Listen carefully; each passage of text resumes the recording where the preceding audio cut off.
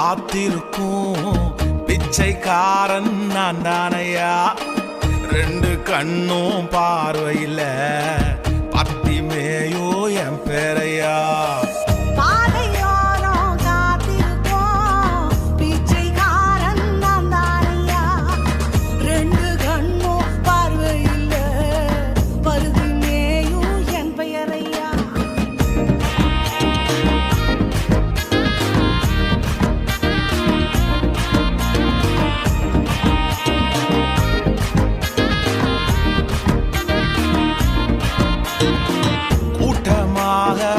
ஜனங்கள் போகும் ஓசை அறிந்து கொண்டேனையா.